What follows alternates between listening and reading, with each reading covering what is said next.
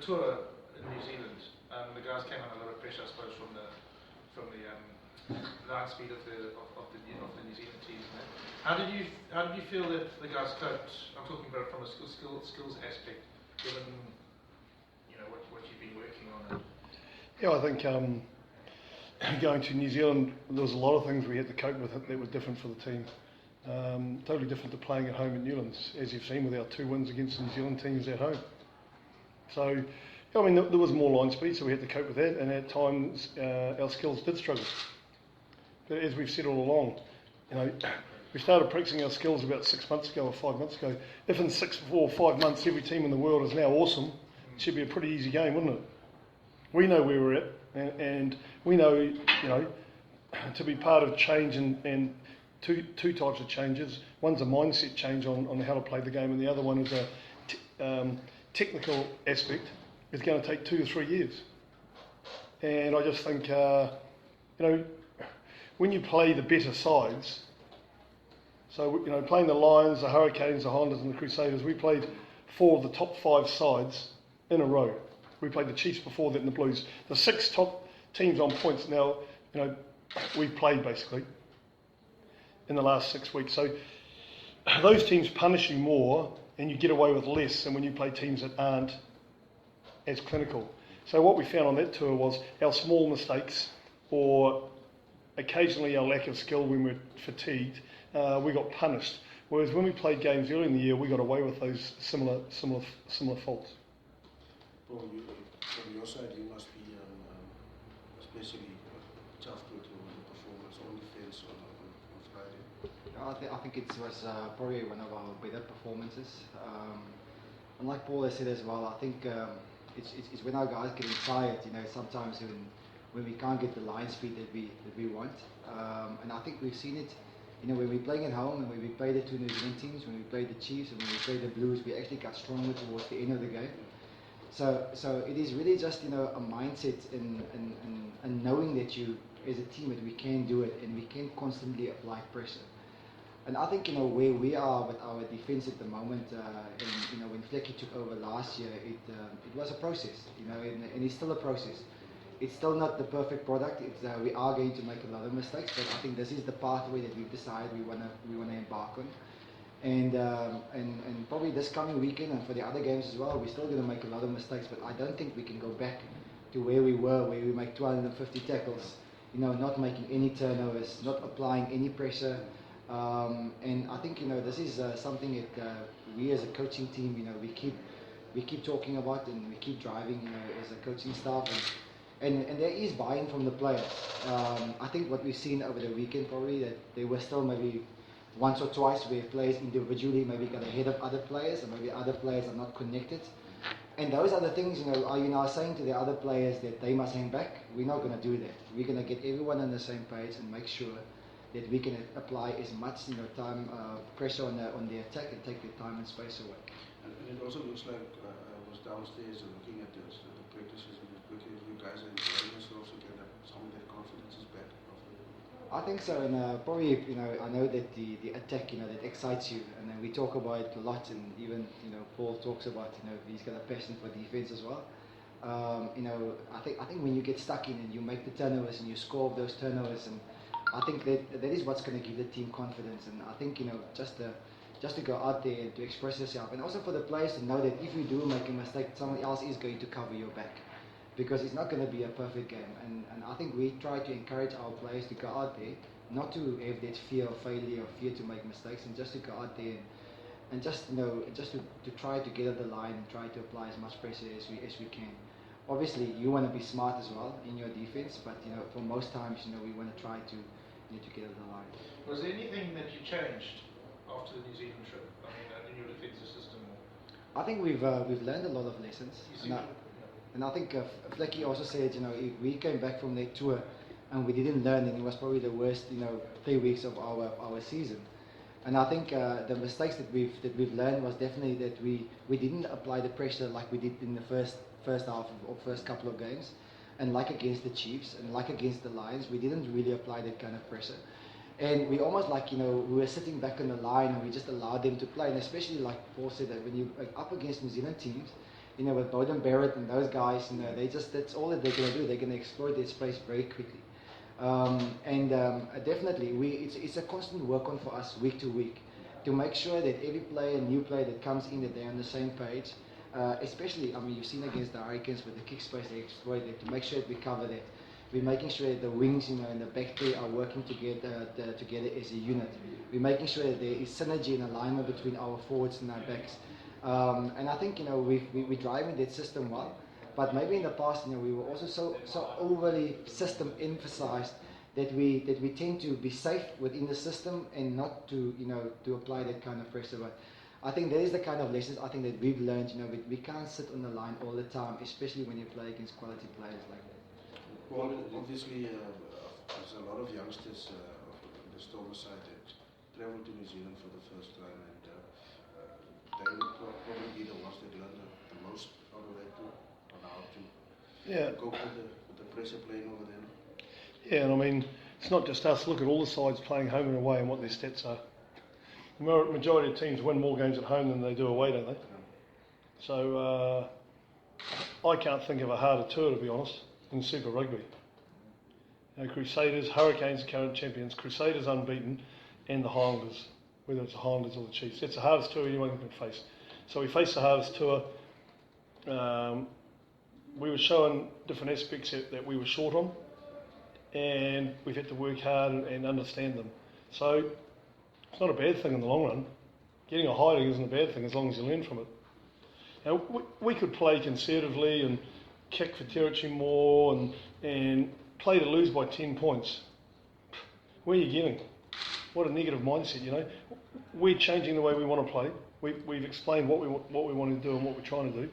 We're not playing to lose. We're playing to win. And we know that along the way that, you know, it's going to be, I think Robbie said, short-term pain for long-term gain. People have said, John Mitchell and Carlos Spencer started the Lions playing the way they did. And how many years ago was that? How long did it take them? I think us beating the Chiefs at home, after losing to the Chiefs 8 months ago by 60 points when we beat them, I think that upped people's expectations dramatically. And maybe they were false expectations. Maybe, you know, we had a good day at the office, but we're still, you know, everyone thought, oh, you know, they can definitely win the title. But hey, on any given day, maybe we can, but let's be realistic. We've only just started the change. And we know that it will take 2 to 3 years. But we're also proud of the fact we're the only side outside of New Zealand that's beaten the New Zealand side this year. No one else has done it. And we've beaten 2. And they've only lost 2 games against non-New Zealand sides, both to the Stormers. So we're proud of that fact. And who would have thought that last year after we played the Chiefs and lost by 60? 7 months later, we're unbeaten at home at Newlands, and we're the only one to beat New Zealand teams. So, you know, we're proud of what we've achieved against those 2 sides. We were disappointed in a couple of our performances in New Zealand, but we've taken them on board. If we'd only lost by 10 points in New Zealand, maybe we might have been cruising along saying, you know, we're not going too bad, we only lost 10 points to the Crusaders. But when you get a hiding, you don't cruise along like that, you have a good look at yourself. And I think the players have, the coaches have, we all have right through, and I think we're better for it.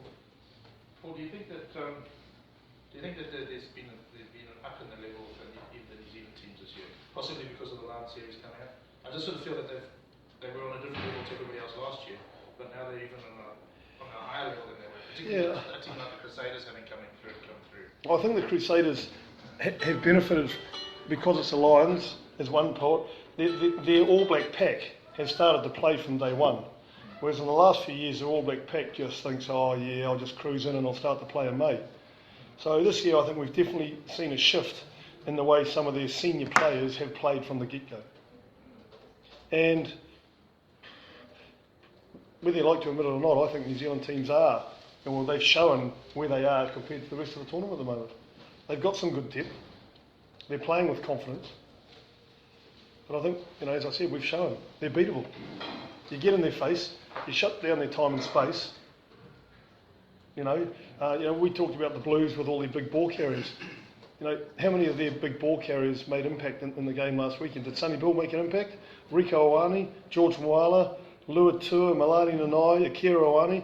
You wouldn't even know some of those guys played. So I think kudos to, you know, to what Paul's done and how hard the teams work on defence. That, you know, I can't name one of the 7 or 8 Augustine Pulu. Did he ever make a break? what has he been doing all year? I can't name one of those guys that made an impact on Saturday, which I think speaks volumes of where we were with our defence on the weekend. Do you think, because you've got in the weird situation now where you've almost qualified for the playoffs already because the Bulls have been so poor. Do you think that you've got enough time, because certainly it was a good start on Saturday, having had the 2 weeks since you came back from New Zealand, do you think you've got enough time to turn around? There's a potential to play one of those teams that gave you 50 overseas when you play at Newlands in the quarterfinal, possibly the Highlanders. Do you think you've got enough time to turn it around? Yeah, I don't think we'll play the Highlanders. I mean, we'll play the third New Zealand team. We'll finish third and we'll play sixth. So the top four, and then the second New Zealand team will be fifth, and the third New Zealand team will be sixth. So we'll play the Hurricanes or the Chiefs. That's my belief. Hurricanes or Chiefs. If the Crusaders finish first, like we think they will, the next two, the Hurricanes and Chiefs, are a bit ahead of the Highlanders. Yeah, that's true. So one of them, well, we've already beaten one, and the Hurricanes, with 7 minutes to go, it was 27-22, and we had a maul going forward 2 moves from their line. So we're happy to play either of those sides at Newlands. I think we proved on any given day we're good enough. There's still 4 games before the playoffs. Yeah. Yeah, but I mean, But if you're talking, if we make the playoffs, like you're saying, if we make the playoffs, and obviously we're taking game by game, is what Mike's trying to say. No team doesn't take game by game. I mean, if you think people are thinking of the playoffs and not thinking of the Sharks, you're wrong. We've only got one game we're thinking about, is beating the Sharks. Well, I mean, actually, to fit into what you're saying, that's really what I was asking. Yeah, if we and you're going to build confidence, because you played New Zealand teams, you lost to New Zealand teams, but now you can actually build confidence. You're playing 2 tough away derbies as well. Yeah. You get through those. I mean, you build confidence along the way as well. Then you can be ready for the playing 3 tough away Chiefs derbies. 3 tough away derbies. I'm trying to think of Pretoria, the Cheetahs, and the Sharks. Okay, I'm forgetting about this week. Yeah, so we got a lot of internal South African derbies scores to settle first of all, and obviously we just think week by week. But if we do make the quarters, I think we'll play the Chiefs or the Hurricanes. So that will obviously be Yes. and that will come with what Paul mentioned earlier, Paul Treu, about playing smarter with regards to the defensive system. On tour, you guys, you mentioned you experienced the fact that the line speed. On Saturday, it was that similar situation, but the opposition was obviously different. You had different All Blacks, and those kind of teams, the teams that I mentioned, might have different options or be able to exploit that situation differently. Looking at those quarters, the stuff that you've learned, how do you implement that, or how do you come up with a solution? I think we've already started on tour, so I think what you've seen against the Blues were things that already started, after that first game when we played Crusaders. And what we've seen is, like Paul also said, like when we played, the first couple of games at home, and I think we got away with a couple of things, and maybe in a sense, we got complacent. We thought that we were going to be okay, and then it was a big eye opener for us to play that first game, and to realize, but that we are on the right track, but there are small things that we have to adjust within our game. We were making tackles, we were overcommitting, at rucks, with their general movement and getting into space so quickly, we couldn't adjust quick enough. And I think those were probably the couple of things, together with, having a passive, defense, were things that we started to change and started to implement from the first game that we played against the Crusaders. And we could already see when we played the Hurricanes in the last game, there was a massive improvement, from the first game. And even we've seen it, like a lot of times we conceded tries because of players on the edges making poor decisions and tackling in and things like that. So there's also something that we had to work hard on. And it is something that we work hard on every single week. And like I said, there's synergy, between our forwards and our backs here. We've worked hard on that as well. So we already started on tour, with everything that we wanted to work on. And like I said, it's gonna be a process, week by week. We're just gonna keep fine tuning it. So come quarter-final, playoff time, and when you get those same teams, you obviously had that experience, so it will be in your favour.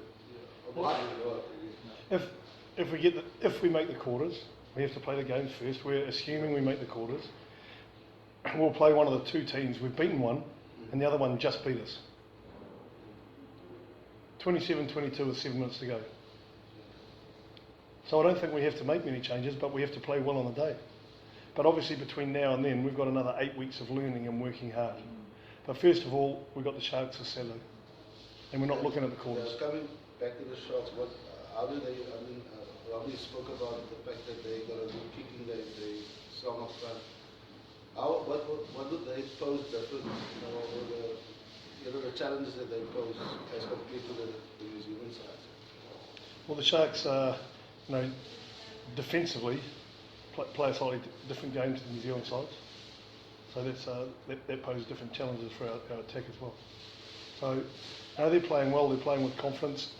I think they've won more games than we have this year. So we're going to have to be on the top of our game to come out on top up in Durban this week. So we're not getting ahead of ourselves. We're pleased to beat a second New Zealand team, and now from today we're on to thinking Sharks and how we'll attack them and how we'll defend against them. But I can't tell you too much because I'll have to kill you because I'll read our papers. You mentioned in closing a different challenge, and you said that they beat more teams than you guys have, which is true, but it's because they play against weaker teams, probably Australians. Do you think that Saturday could tell us more about the possible difference in the intensity of the games in the different conferences? I know the Lions beat you. I mean, you played the one team from that conference and you lost, but. I think the Sharks are a good side. They'd have poured out the office.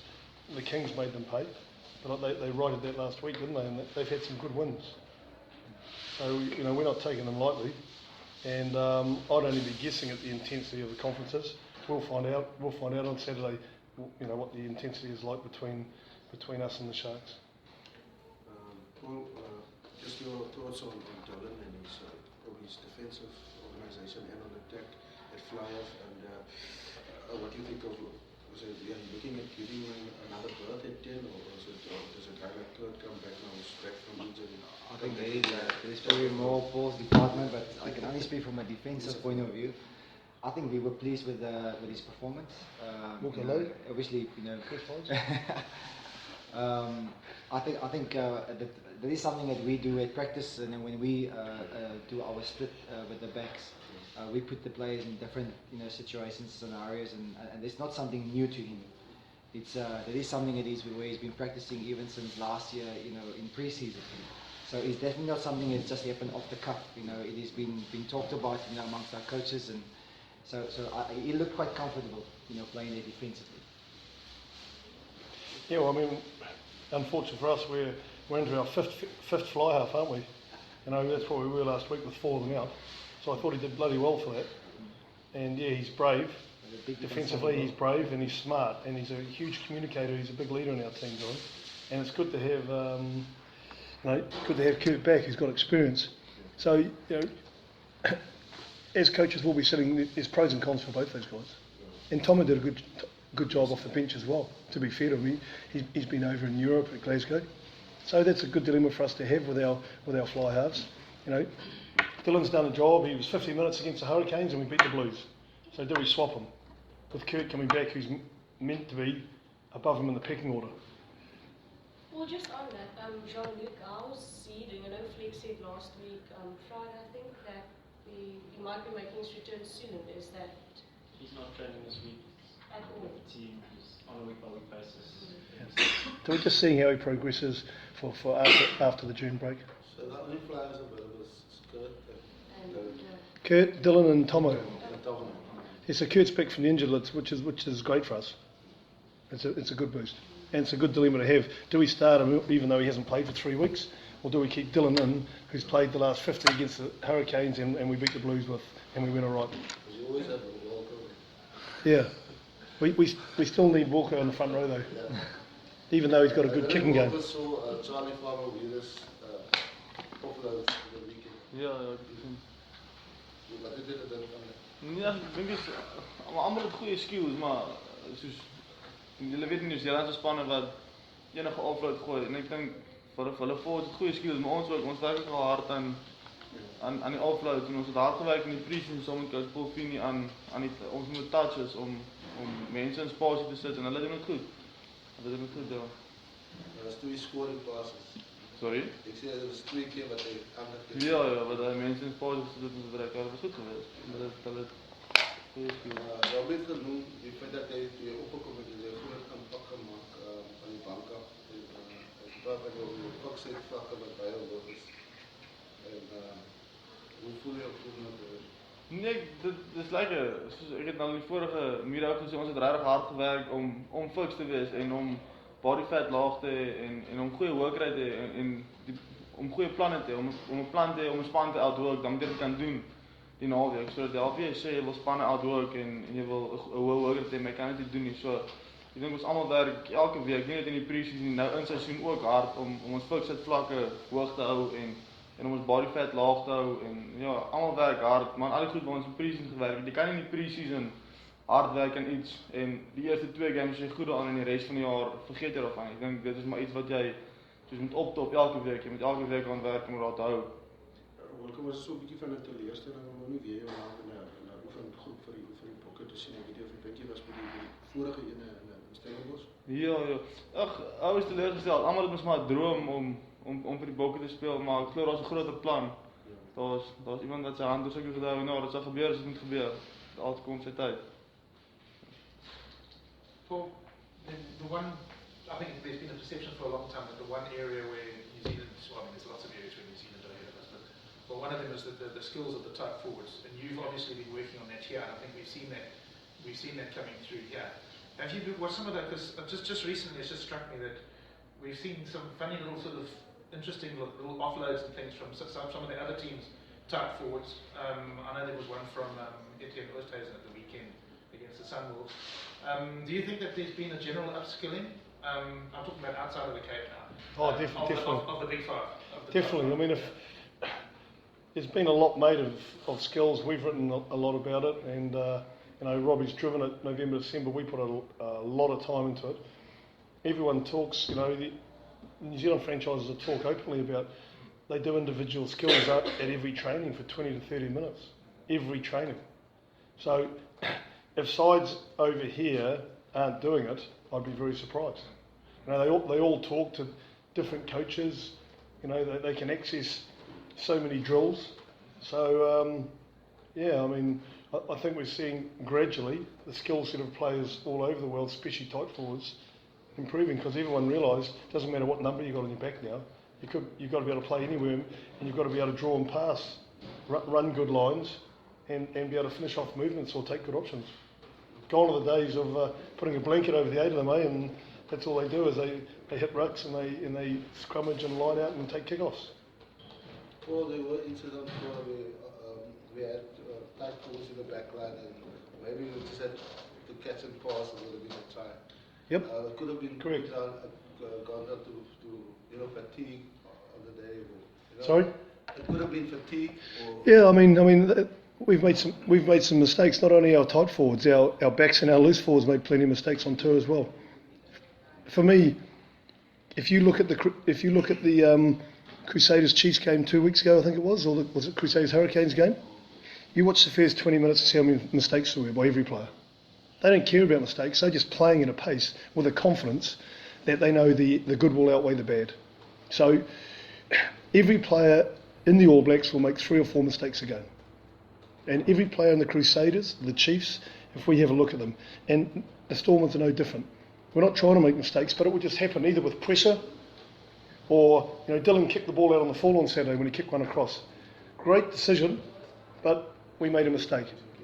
That happens in rugby, it doesn't matter whether it's a not straight. Sonny Bill knocked the ball on when SPA jumped up on him. They had a 3-on-1, the great Sonny Bill.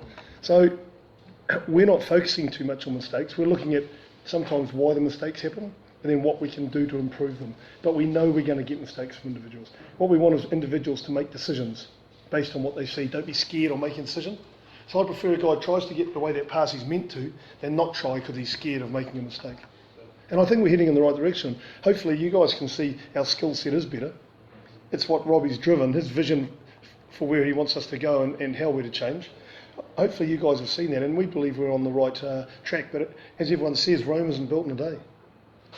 We are far from the finished product, but we think we're heading in the right direction, and hopefully the public and yourselves see that we have improved, and we'll see how we go in the next 6 months to 18 months to 2 years.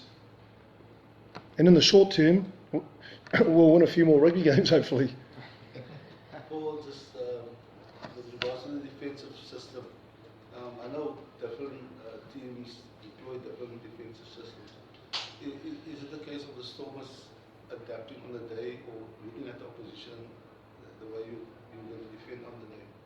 Well, I think obviously different teams, they pose different challenges, and those are the kind of things that we discuss on a weekly basis when we do our preview and we go through, their strengths and weaknesses. I think for us, we try to to keep things, the same in terms of what we want as an outcome, and for our players then to be smart, within whatever we do within the game. There are certain general principles that we have when we're in the middle of the field, when we're on the touchline, when we're numbers down, when we're numbers up. Those are things that all the teams are doing. I think we're just trying to get our players to be smart and to read the situation as quickly as they can. I think that's probably the one big learning that we take from our tour, is that we didn't scan quick enough, we didn't move quick enough. And when you play, like I said, when you play against those teams, they are going to punish you. And that's hopefully, no team, like Paul has said now, whether it's Sunnyvale or whether it's, Bowden Barrett, no team and no player can play without time and space. And I think that is something that hopefully that we can take forward, into the rest of the season. This weekend's game for a guy like Cheslin, who's the smallest, he probably had the best defensive performance. And that is probably what you were looking to. Yeah, I think there were lots of players. I mean, even Dylan making a tackle on Sunnyvale on the goal line, from the scrum. I think there were so many players, either stopping the ball, because there was one of the key things, especially against the Highlanders, because they were offloading left, right, and centre, and they were getting through us, in behind us, and that's probably one of the big things. Paul spoke about it. He warned us about it. Getting in behind us, and you can see once you get it right. I mean, for attack, it's brilliant, but it's a nightmare for defense. And I think you can only do that if you give a team time and space. Then they can do whatever they want. They get in behind you, they get into space. And if we can stop the ball, it's probably one of the big things that we've tried to implement this season. Is not just to be man watching and but to really to stop the ball. But like I said, I mean, we've seen it. There were one or two mistakes over the weekend. But hopefully, if we keep learning, then we'll get there. All right. Is there any more questions? Oh, no? I just want to know, when you say stop the ball, is it attacking the ball in the tackle? I just wanted to understand that. Yes, yeah. Like sometimes players are running away from the ball and they're so focused on his player, and they tend to forget about the ball, because no one can play without the ball. That's right. And so if everyone is just focused on where the ball is, then most of the times you're going to be effective. And that's a big change in our system. Because what we had in the past and where we now in terms of line speed, in terms of defending the ball, it is completely foreign to our players, to where we were. And this is why, I mean, Paul's also saying that this is a process, and it is going to take time. And with any change, it's painful. And sometimes you're going to make a mistake, and sometimes you're going to have people who's hesitant, to buy in. But once the buy-in is there, and we've seen it's getting, better every week as we play, then I think, we're just going to become better as a team.